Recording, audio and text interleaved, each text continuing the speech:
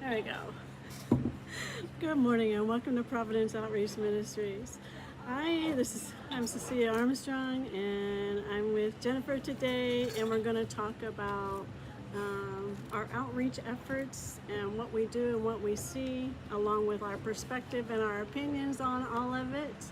And I'm going to put a disclaimer out there. We are in public, we are in the heat, so you might see and hear a few things that you're going to think, what is that? So just so you know. So Jennifer, just kind of share, your thoughts and whatever else you want to share. Oh, we do have, the reason why we're doing this is because we have an upcoming gala. It's called a masquerade, an evening behind the mask. So of course it is all about identity. The girls that we reach out to definitely always wears a mask because we don't know who their real person is, and of course we meet some that has changed their name for the sake of the business they're in. And then every one of us wears a mask sooner or later. One of my examples recently was you're in your house and you're not feeling good and you go out into the public, and I put on a happy face. I am not happy. I am definitely wearing a mask. I don't feel good, whatever, So everyone in their life wears a mask sometime, okay? So it's all yours, Jennifer. So I wanted to talk first a little bit about, first let me just say that we're an all volunteer organization. So Cecilia is the executive director and founder, and those of us that work with her, all of us are volunteers. We don't have any paid positions, so all of the donations that we receive go directly towards helping women in our community. And so first I wanted to talk a bit about the spa outreach. So what we're doing is we go out to massage parlors. Some of them are actually brothels really. But these are places that most people don't realize they're inside your community. They're next to your grocery store, your insurance agent, your ice cream shop. Oh my gosh, the schools, like right across the street from the schools. Yeah. These are right, they're embedded within your community. And so what these places look like is they'll have something like foot spa or reflexology. And so you would think that these places are therapeutic massage places, but that's not what's happening there. So when you walk in some of these places, you'll see what looks like a prison door. It's like a steel door, and the first layer has the burglar bars, and the next layer is just this huge sheet with just pinholes through, with light to get through, and then there's this little eye slit. And so they can tell you're coming because there's cameras and a sensor, but they're behind that locked door. And so we go and we do outreach. We make relationships with these women, and what's nice is that in our particular area they tend to be the same ones over time. They don't move around a lot. Every situation is probably a bit different, and over time they start to share a little bit more. We hand out gift bags, and they have information, a QR code that they can scan with their phones to get help if they choose to. But these women, some of them you can tell, there was one situation that Cecilia was instrumental in getting it shut down because they were actually locking them in the retail center. They're eating, sleeping, and working in the same place, in these places. And so there was one that was particularly impactful. It was on Upper Bay Road. We went by and we knew that she'd been here for about 2 months. She didn't speak any English. And so we were using Google Translate. And so Cecilia, you asked her, do you know why we're here? And she said, you're here from the church. You're here to make sure I'm okay. And so she told us a little bit about how she was doing. And then we asked if we could pray for her, and it was a beautiful moment. There was just such a manifestation of the Holy Spirit. I can't speak for what else was happening in that building right then, but in that room, she met the Lord. I mean, she was just moved by his presence. She broke down into tears, and then she just exclaimed, I want to go to church. And so we connected her with the Chinese church in Webster. And while we do, we do introduce them to the gospel and these things, the main purpose though is really just to make relationships and show the love of Christ to these women. Let them know that we're there and we don't want anything from them. We are just there to offer love. And some of them are so happy to see us when we come by. They hug us, and the last time we went out, the one girl, she just came up and she was so excited. She wanted to hug you and then hold hands and pray. She goes like this, because she didn't speak English. Anyway, so it's very rewarding to reach out to these women and let them know. Some of them, we don't know a whole lot about their scenarios. Some of them are being housed in Bel Air and they're transported here. There's just a variety of situations. Most of them have children. I know that there was one, I don't believe she had papers, she didn't speak English, and you had asked her, if I could do anything for you, what could I do? And she wanted to be baptized, and you were able to baptize her. I don't think she was seen after that, but there are opportunities to make a difference in lives, and that's really rewarding. Now the population for the strip club outreach is different. It's a totally different set of things. And so the women in those clubs, I don't think a lot of people realize, some of them are supporting multiple generations in their family. I know there was one woman, she was driving 90 minutes from her hometown so that nobody would know what she was doing, but she was supporting 3 generations of her family. Some of the women are actively marketed and managed by their husbands. They drop them off. Some of them watch them while they're there, and make introductions for them in the club while they're there. So there's a lot going on in these clubs that some people may not be aware of. It's just not a good situation. And the one thing that I want people to understand is there's no retirement plan for any of this work. Right. Yeah. This is it, and so once they're no longer useful, and it's just, well, and that's it. Like, there is no retirement if they survive, because a lot of them contract diseases. They don't eat right, they don't sleep right, addiction, alcohol is involved, abuse, yes. Yeah, so you're right, there's no retirement. I mean, and especially for the women who are trafficked. Right. And there are women who are trafficked into the strip clubs. I think in Pasadena there was a group of women that was trafficked here from, I think, Colombia. Yeah. There's all different scenarios with the different groups. But anyway, so they have a limited amount of time to make money. It's a very dangerous way to do it. And yes, it varies what each of them do in various scenarios, but it's not a safe way to earn a living. And so a lot of these women need hope that there's something else that they can do, and faith is contagious. And so showing up, meeting them, making relationships with them, spending time with them, encouraging them, helps them to understand their worth, helps them to understand that, that there are other things out there that they can do for them. And so there have been women through your encouragement who have come out of that lifestyle and are now working jobs in other industries. Yes. And I don't know, I think the majority of the women have children. Mm-hmm. And so it's not just a matter of influencing one woman, it's an entire family, and it's the generations to come. Exactly. And so, we've had women who were pregnant.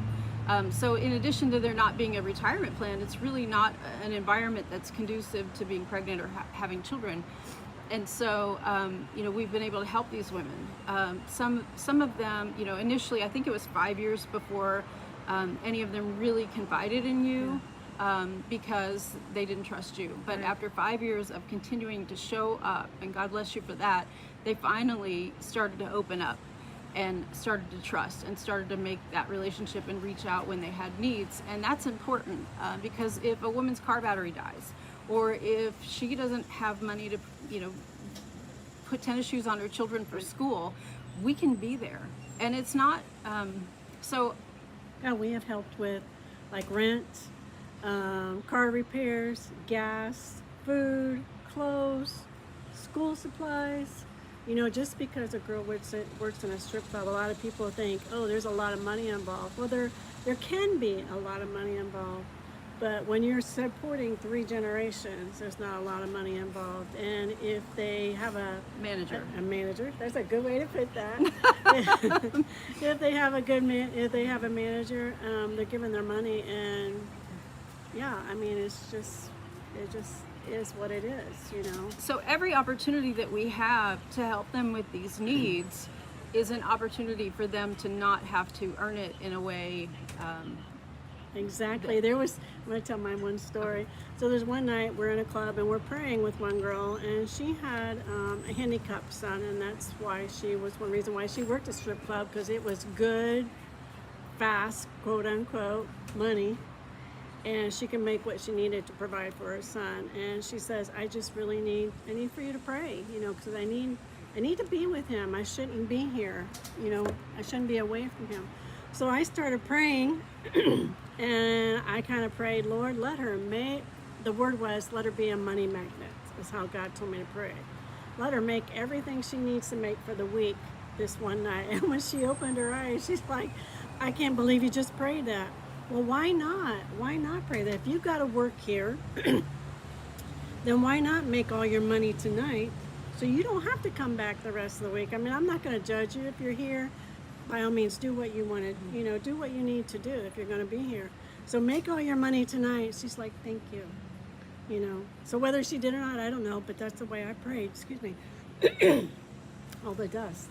But yeah, it's stuff like that. Like, I just think our group, our team is real with these ladies. You know, we walk in there and I don't judge you.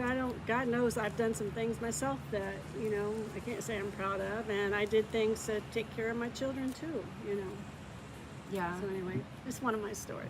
Well, and I mean, we pray about everything before, because I mean, there is sort of a hustling aspect to that lifestyle, Right. and we understand that. And so, you know, we're not here to be taken advantage of. We make sure that we pray before we give anything out.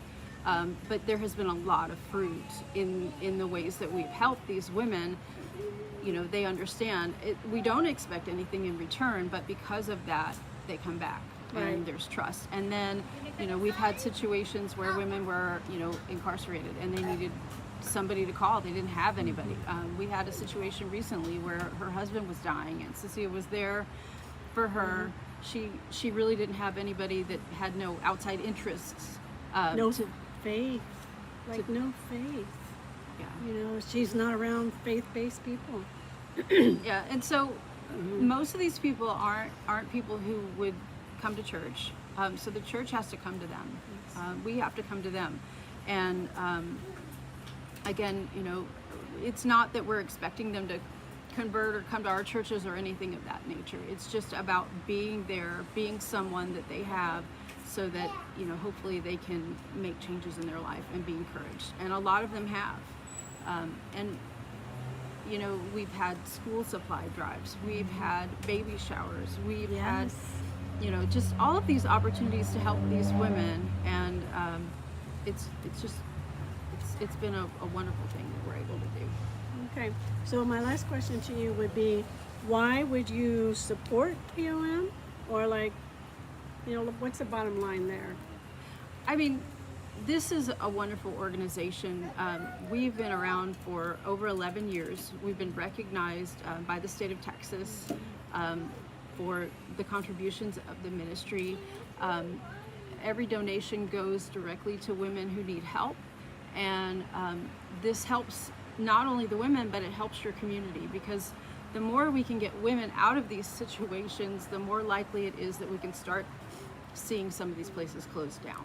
And because they're not good for the community. I mean, these are places where things are people are traded, drugs are traded, weapons are traded. It's just not good for the community. And so you're supporting women, you're supporting the closing down of these things. We have actually seen quite a few of the massage parlors closed down recently, which is exciting. Yes. And so it's a worthy cause, and really it's we would like to have a transitional home for these women. We refer a lot of these women for counseling. We refer them for inner healing ministry. They have a lot of needs, and so it behooves all of us to contribute to this, because we're contributing to society as a whole. I mean, we're contributing to the women, we're contributing to their children, and like I said, we're contributing to ending of exploitation, which is amazing. Exactly, and it takes a community, which means you, not just us, but it means you. It's everybody. So again, you know, we are excited for the gala coming up. It is, I'm going to call it an annual fundraiser. We've been in business like almost, 12 years. We've had three, this will be our third gala, and the funds that we raise, of course, does go to helping the women. And as I mentioned, we've helped pay rent, deposits, gas, just whatever I feel like we are supposed to help with. Bus ticket to where she needed to go, hotel room to escape, and we've done that too. So there's a lot of things involved that people don't know what POM does, because I just don't put it out there, everything we do. So at the end of, once it'll be in the comments on our post how to get tickets. We have, we're having, again, about the masquerade, and we have a wonderful caterer again. We're going to have beautiful decorations. Our music is going to be 4 people from that plays with the Clear Lake Symphony Orchestra, which I'm excited about. Silent auction items. If you have anything you'd like to donate, by all means, give us a shout out. Get in contact with us about silent auction stuff. We need sponsors. And with sponsors, you get a table. Well, it just kind of depends what sponsorship that you choose. Get a table, you get you or your business advertised and mentioned, and just come be a part of us. We have some wonderful speakers. Joe Madison from Demand Disruption is our main speaker. And then I have Sarah Schellenberger. She is H2 Ministries, I think is what it's called, H22 Ministries. She's going to be talking about her experiences. And then we actually have a girl from from one of the clubs that exited many years and has become part of us. And then we have a survivor that'll be speaking too. So it is a power-packed night, and we are excited, It's going to be fun. You can dress up. We're going to have a contest for the masquerade mask and dress up. There will be plenty of fun picture opportunities. Yes. It's just going to be a fun night. And it always is. I mean, we've had a good time all the other galas too, but I think this one, I just feel this one is going to be special. I think really it is. do. I think it is. Yes, because if I can say this, there's been a lot of opposition come against us. And, I feel like when that happens, when people are questioning what we're doing, like, it's just going to be a night to remember for sure. It will. It will. It will be a night to remember. So we're hoping that you join us. Come with your masks. Come and dress up. We'll also have some masks there if you don't bring one for yourself. But it's going to be a wonderful night, and we're just so hopeful that you'll come and join us. It's a great opportunity. All right, so be blessed, and we hope to see you there. If you have any questions or anything, you can call the office number. It's 281-818-0307. You can email us at provom2014@gmail.com. We'd love to hear from you. Have a blessed day. Bye. Bye.